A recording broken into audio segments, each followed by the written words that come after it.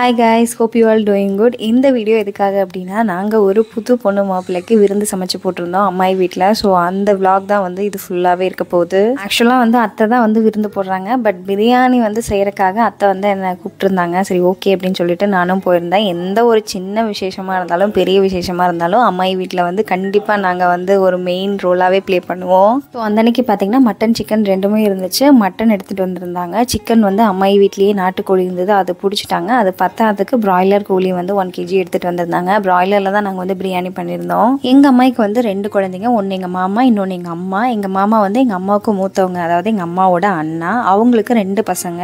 எங்கள் அம்மாவுக்கு நான் ஒரு பொண்ணு, என் தம்பி ஒருத்தங்க. மொத்தம் நாங்கள் 4 பேர்.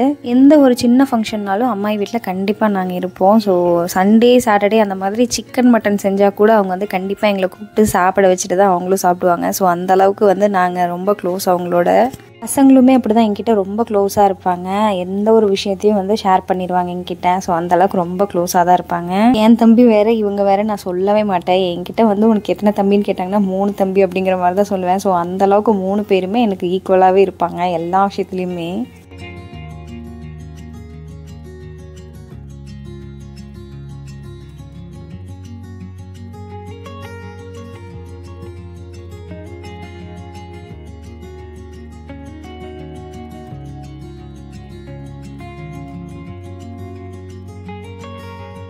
எங்கள் அத்தையும் வந்து நல்லாவே சமைப்பாங்க என்னை விடவே. பட் எதுக்காக என்ன பிரியாணி செய்ய சொல்லி கூப்பிடுறாங்க அப்படின்னா, அவங்களுக்கு வந்து இந்த மாதிரி ஏதாவது ஒரு ஃபங்க்ஷன் இருக்கும்போது நானோ எங்கள் அம்மாவோ கிட்ட இருந்துகிட்டே இருக்கணும். இல்லைன்னா வந்து அவங்களுக்கு கை ஓடாது, காலு ஓடாது. ஸோ அந்த அளவுக்கு எந்த ஒரு சின்ன டெசிஷன் எடுக்கிறதுனா கூட எங்கள் 2 பேர்த்திட்டையும் நல்லா டிஸ்கஸ் பண்ணுவாங்க. இதை பண்ணலாமா பண்ண வேணாமா அப்படின்னு சொல்லிட்டு எல்லாமே டிஸ்கஸ் பண்ணிட்டு தான் எந்த ஒரு முடிவுமே அவங்க லைஃப்பில் எடுக்கிறாங்க. ஏன் இந்த அளவுக்கு க்ளோஸ் ஆகிட்டாங்கன்னு எங்களுக்கு தெரியல.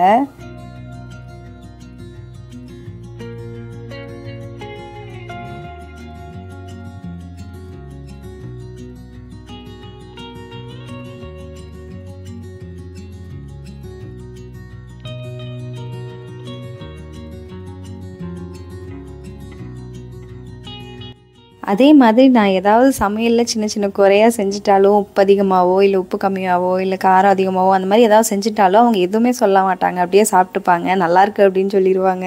ஸோ அந்தளவுக்கு கொஞ்சம் செல்ல பிள்ளைன்னே சொல்லலாம் நான் வீட்டுக்கு. ஏன்னா வீட்லேயே நான் தான் வந்து பொண்ணு, மீதி 3மே பசங்களாக போயிட்டாங்க. அதனால் கொஞ்சம் செல்ல பிள்ளையாகவே வளர்ந்துட்டேன்.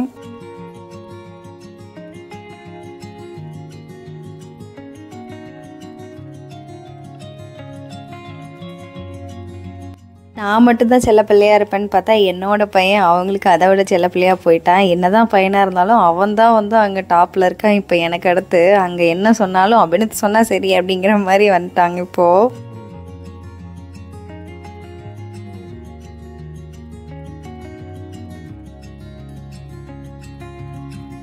பசங்களுக்கு எப்போ லீவு விட்டாலும் அவங்க வீட்டுக்கு வந்தாங்கன்னா உடனே இவனும் கிளம்பி ஊருக்கு வந்துடுவான் அம்மாயி வீட்டுக்கு. வந்துட்டு இதே மாதிரி தான் தொட்டியில் காலையிலேருந்து சாயங்காலம் வரலும் அந்த தொட்டி விட்டு எந்திரிச்சு வரவே மாட்டாங்க. 3 பேர் அந்த தொட்டிக்குள்ளேயே தான் கிடப்பாங்க.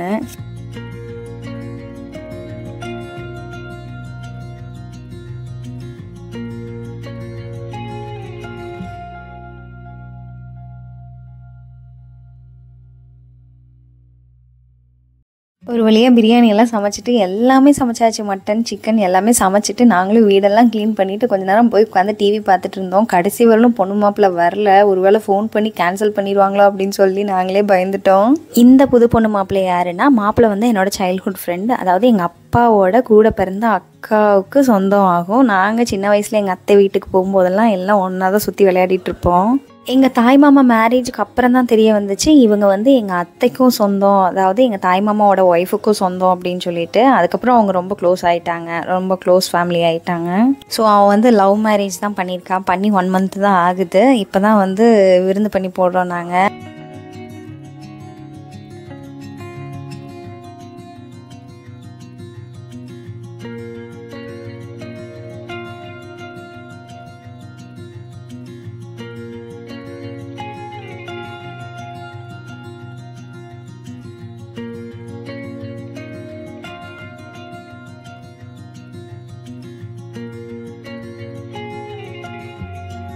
ஸோ அவங்க லவ் மேரேஜ் பற்றி எனக்கு எந்த ஸ்டோரியும் தெளிவாக தெரியலை. ஸோ அதனால் உங்ககிட்ட ஷேர் பண்ண முடியல. ஸோ இவங்க வந்து லவ் மேரேஜ் தான். அதுக்கப்புறம் கொஞ்ச நேரம் உட்காந்து எல்லாம் டிஸ்கஸ் பண்ணிவிட்டு ரொம்ப நாள் கதையெல்லாம் உட்காந்து பேசிகிட்டு இருந்தோம். பேசி முடிச்சுட்டு அவங்களும் வந்து கிளம்புறேன் அப்படின்னு சொல்லிட்டாங்க.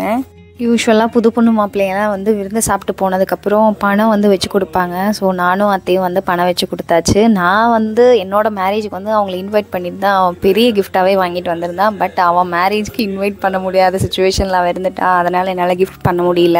டோட்டலாகவே சொல்லப்போனால் எங்கள் வீட்லேயே அவனோட கிஃப்ட் மட்டும்தான் பெருசாக தெரிஞ்சுது. நானும் எவ்வளவோ பிளான் பண்ணி வச்சுருந்தேன் அவனோட மேரேஜ்க்கு இந்த கிஃப்ட்லாம் பண்ணலான்னு சொல்லிட்டு. அவனே எங்களுக்கு பயங்கர சர்ப்ரைஸ் கிஃப்ட் தான் கொடுத்துட்டான்.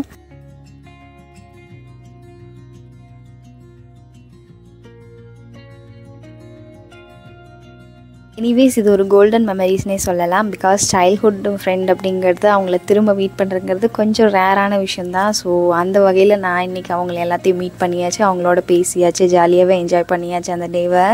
அப்புறம் என்ன அம்மாயி வீட்டில் சமைச்சதெல்லாம் சாப்பிட்டுட்டு நாங்களும் திரும்ப வீட்டுக்கு வந்துட்டோம். ஓகே காய்ஸ், நெக்ஸ்ட் ஒரு வீடியோவில் மீட் பண்ணலாம். பாய்.